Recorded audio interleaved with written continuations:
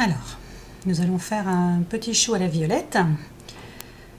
Donc, on va prendre une petite boule de pâte couleur biscuit. On la roule en forme de petit chou. On l'aplatit un peu.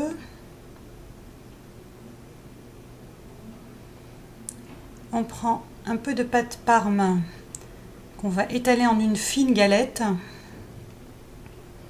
en arrondissant bien les bords. On fait un bord un peu irrégulier en tirant, de façon à ce que ça imite un peu les couleurs du glaçage.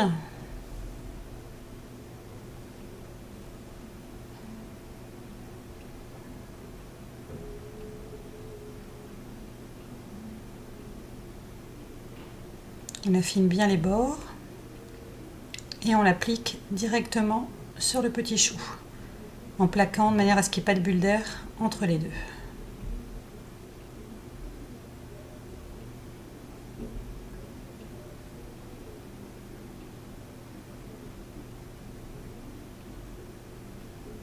Voilà. Donc maintenant on va lui rajouter une petite violette. On prend une toute petite boule de pâte jaune qu'on modèle en forme de goutte, un peu longue pour l'avoir en main. On prend des toutes petites boules de pâte violette qu'on presse entre les doigts pour former les pétales. Et on vient la pincer autour du cœur jaune. On fait la même chose avec les autres.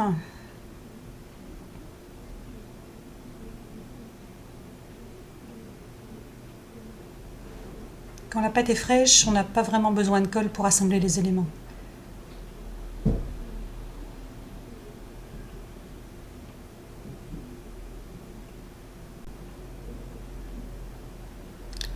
voilà, quand la fleur est finie, on coupe au ras des pétales.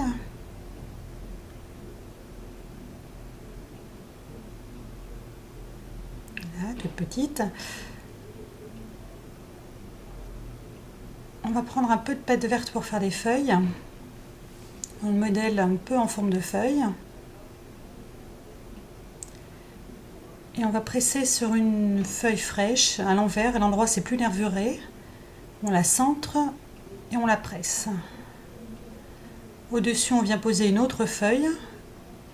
Et la petite pâte qui est prise en sandwich entre les deux va être nervurée. Voilà, on la décolle. On la pince. Voilà, quand elle vous satisfait, vous en faites une deuxième, plus petite.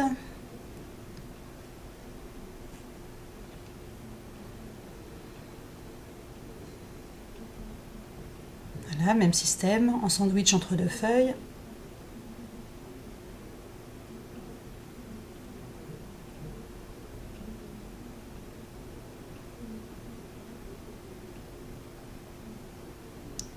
Voilà, on lui donne une petite forme plus souple. On va mettre un peu de colle avec un cure-dent pour être plus précis. Voilà, on vient appliquer la première petite feuille.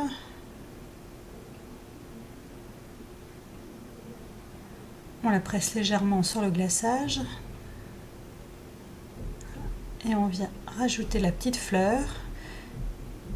Et on presse un peu avec le cure-dent pour qu'elle s'incruste dans la pâte fraîche et dans la colle. Voilà. Là où il y a des petits coups d'ongles ou des traces de doigts, vous lissez. Voilà, il n'y a plus qu'à laisser sécher. Quand le chou est bien sec, au bout de quelques jours, une quinzaine de jours à peu près, il faut passer une couche de vernis sur tout le glaçage.